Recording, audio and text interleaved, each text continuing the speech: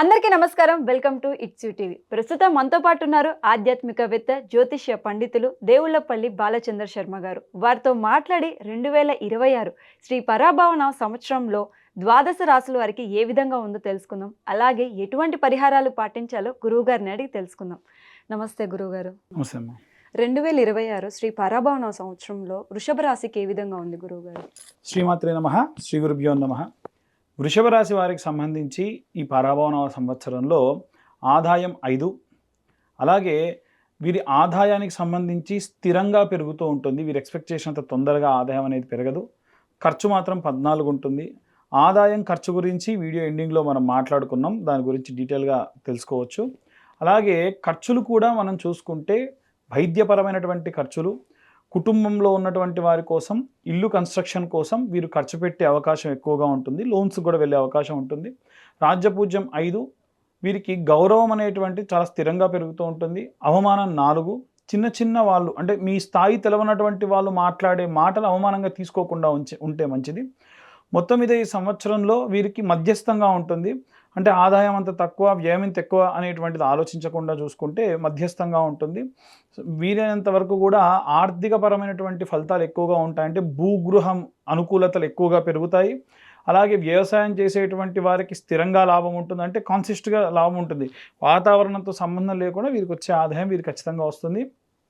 బ్యాంకుల్లో సేవింగ్స్ చేసేటువంటి వాళ్ళు, షార్ట్ టర్మ్ సేవింగ్స్ చేసేటువంటి వాళ్ళు, చాలా వరకు షార్ట్ టర్మ్ సేవింగ్స్ చేసేటువంటి వాళ్ళకి వీరికి అంత రావు, కానీ వీరికి మాత్రం వస్తుంది.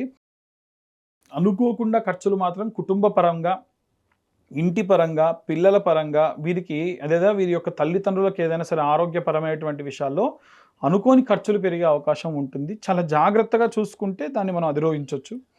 అలాగే స్థిరాస్తి విషయంలో వస్తే కనుక ఇల్లు కొనుక్కోవాలని ఎప్పటి నుంచో వీరికి ఉన్నటువంటి ఆ యొక్క యోగం అనేటువంటిది కొన్ని రకాలైనటువంటి గందరగోళంలో నుంచి వీరు ఆ ఇల్లు తీసుకోవడం జరుగుతుంది. కానీ కొన్ని రకాలైన వివాదాలకు కూడా దారితీస్తుంది.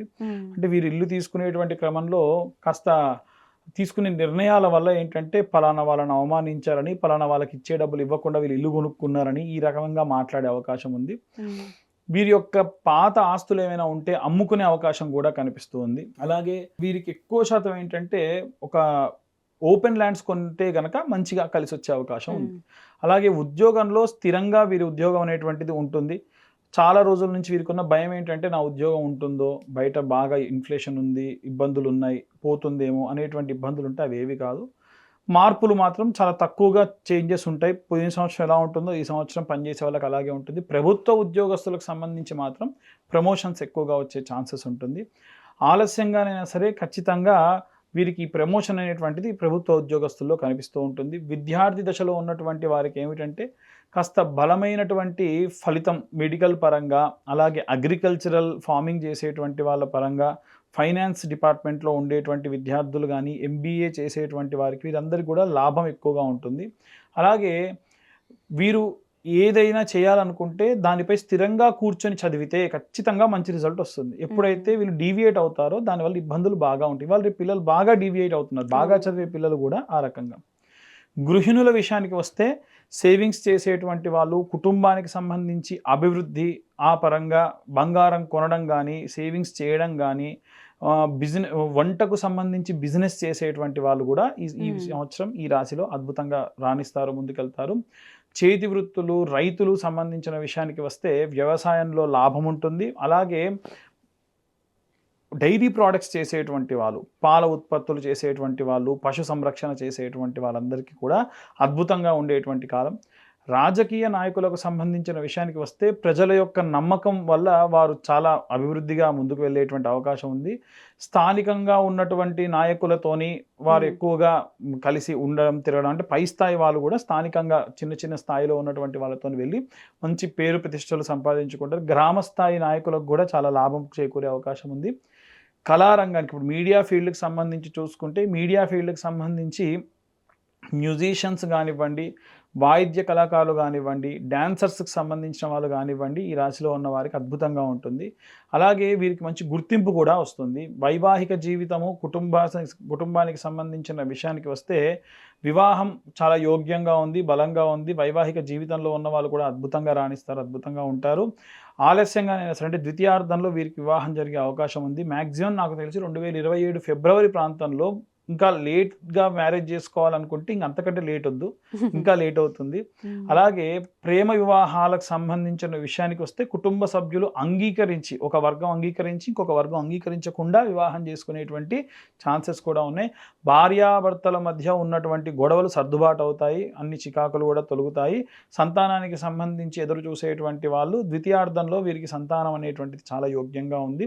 పిల్లల చదువు విషయంలో మీకు ఉన్నటువంటి అపోహలు, అనుమానాలు అన్నీ కూడా తీరుతాయి. ఒకటి బాగా గుర్తుంచుకోవాలండి, పిల్లలు చదవట్లేదు అనంటే పిల్లలు ఎక్కడి నుంచి చదువుతారు? పేరెంట్స్, టీచర్స్ చెప్తే. ఇవాళ రేపు వాళ్ళెవ్వరు కూడా ప్రాపర్గా మానిటర్ చేయట్లేదు. మీరు సరిగ్గా మానిటర్ చేస్తే ఏ ఇబ్బందులు ఉండవు. విదేశాలకు వెళ్ళి చదువుకోవాలనుకునేటువంటి పిల్లలకు కూడా యోగ్యంగా ఉంటుంది. పోటీ పరీక్షల్లో విజయం ఖచ్చితంగా సాధిస్తారు. ఆరోగ్యపరంగా చాలా జాగ్రత్త అవసరం ఈ రాశి వారికి సంబంధించి. జీర్ణకోశ సంబంధిత, అపెండిసైటిస్ సంబంధిత ఇబ్బందులు పెరగచ్చు. షుగర్ రిలేటెడ్ కానీ, బీపీ రిలేటెడ్ విషయాలు కూడా చాలా జాగ్రత్తగా ఉండాలి. బరువు పెరగడం అనేటువంటిది కూడా జరగవచ్చు. ఎక్కువ శాతం ఆడవాళ్ళలో ఎక్కువగా కనిపిస్తుంది. గొంతు సమస్యలు, థ్రోట్ ఇన్ఫెక్షన్స్ కూడా పెరిగే అవకాశం ఉంది. ఎక్కువగా స్వీట్లు తినకూడదు. ఈ రాశిలో ఉన్నటువంటి వాళ్ళు పాల పదార్థాలు కూడా తగ్గించుకుంటే మంచిది. అలాగే గోచారంలో భాగంగా మనం చూసుకుంటే ఈ రాశిలో ఉన్నటువంటి వారికి గురు గోచార రీత్యా ధనలాభము, కుటుంబ స్థానంలో మంచి ఆర్థిక అభివృద్ధి, అంటే వీరి పరంగా అభివృద్ధి కాకపోయినా కుటుంబంలో వేరే వాళ్ళ సంపాదన వీరికి కాస్త సహాయం చేకూరేటువంటి అవకాశం ఉంది. ధనం నిలుస్తుంది. సేవింగ్స్ పరంగా కూడా అన్ని రకాలుగా కూడా చాలా అద్భుతంగా ఉంటుంది. కుటుంబంలో ఏదో ఒక బంధువులలో బాగా ఆప్తులైనటువంటి వారి నుంచి ఏదైనా సరే కొంత మీరు వినకూడనటువంటి న్యూస్ వినే అవకాశం ఉంటుంది. పిల్లల పరంగా కూడా లాభం ఉంటుంది. గురు రక్షణ ఈ సంవత్సరం వీరికి చాలా అద్భుతంగా ఉంది. శని గోచారంలో చూసుకుంటే శని కర్మ ఫలదాత. లాభస్థానంలో సంచారం చేయడం వలన విశేషంగా చూసుకుంటే మనకి ఈ యొక్క శని మనకి లాభస్థానం లేదా ద్వితీయ లాభస్థానంలో సంచారం చేస్తున్న కారణం చేత నెమ్మదిగా ఎదుగుదల ఉంటుంది. ఎందుకంటే శని చాలా మందగమనుడు కాబట్టి నెమ్మదిగా ఎదుగుదల అనేటువంటిది ఉంటుంది. వీరి కష్టాలకు తగ్గ ఫలితం ఉంటుంది. దీర్ఘకాలికమైనటువంటి లాభం ఉంటుంది. ఇమీడియట్గా మనకు ప్రాఫిట్ కనిపించకపోయినా లాంగ్ లైఫ్లో, లాంగ్ రన్లో మీకు అద్భుతంగా ప్రాఫిట్స్ అనేవి, రిటర్న్స్ కనిపిస్తూ ఉంటాయి. అలాగే కుటుంబానికి సంబంధించి సహాయం చేసేటువంటి వాళ్ళు కూడా ఎవరన్నా ఒకళ్ళు ఉంటారు. వారిని మాటల ద్వారా అవమానించడం ద్వారా, మనకు ప్రిఫరెన్స్ ఇవ్వకపోవడం ద్వారా దూరం చేసుకోకుండా ఉంటే మంచిది. రాహు యొక్క గోచార రీత్యా చూసుకుంటే విదేశాలకు వెళ్ళేటువంటి ఆలోచనలు మెరుగుపడతాయి. మానసికమైనటువంటి ఒత్తిడి పెరుగుతుంది. సోషల్ మీడియా ప్రభావంగా చూసుకుంటే కొంతమంది వీరిని మోసగిచ్చే అవకాశం ఉంటుంది. ఈ సంవత్సరం స్కామ్స్ ఎక్కువ జరుగుతాయి గత సంవత్సరం కంటే. అంటే బాగా తెలివి ఉన్నవాడు కూడా మోసపోయే అవకాశం ఉంది. జాగ్రత్తగా ఉండాలి.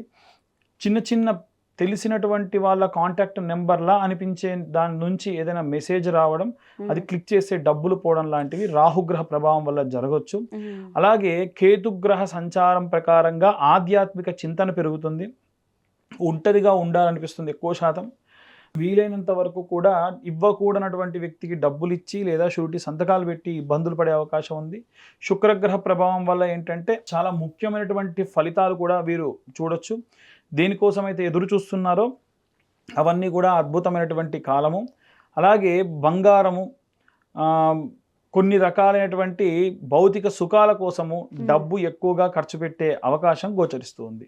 ముఖ్యంగా మనం విడివిడిగా అన్ని వర్గాల వారిని కూడా చూసుకుంటే ఇన్ని రకాలైనటువంటి వాటిలో మనము అద్భుతంగా ఉన్నవి చూసాము, ఇబ్బందులు ఉన్నవి కూడా విపులంగా చెప్పడం జరిగింది. గురువు గారు, వీళ్ళకి వచ్చిన ఆటంకాలను అధిగమించి ముందుకెళ్ళడానికి ఏమైనా పరిహారాలు పాటించవచ్చా గురువు గారు? ఈ రాశిలో ఉన్నటువంటి వాళ్ళు వీలైనంత వరకు కూడా జనవరి నుండి మార్చి ప్రాంతం వరకు, అంటే నిత్యము కూడా మహాలక్ష్మి ఆరాధన మంచిది. కానీ కాలభైరవాష్టకం చదివితే మంచిది. ఎందుకంటే రాహుగ్రహ ప్రభావం వలన ఇబ్బందులు ఉన్నాయి కాబట్టి కాలభైరవాష్టకం చదవడం కానీ, వినడం కానీ నిత్యము చేయడం మంచిది. మహాలక్ష్మీదేవి ఆరాధన చేయడము మంచిది. పిల్లలకు విషయానికి వస్తే దక్షిణామూర్తి స్తోత్రం చదవడం మంచిది. అలాగే ఏదైనా దూర ప్రాంతాలకు వెళ్ళేటప్పుడు దగ్గరలో ఎక్కడన్నా దేవాలయం ఉంటే దేవాలయంలో సందర్శించి ఒక కొబ్బరికాయ కొట్టుకొని ప్రయాణం చేయడం వల్ల ప్రయాణంలో బడలికలన్నీ కూడా వారు తొలగిపోయే అవకాశం కనిపిస్తుంది. చాలా చక్కగా వివరించారు గురువు గారు. వాళ్ళకి ఇంకా శుభ ఫలితాలు కలగాలని కోరుకుంటూ ధన్యవాదాలు గురువు. ధన్యవాదాలు.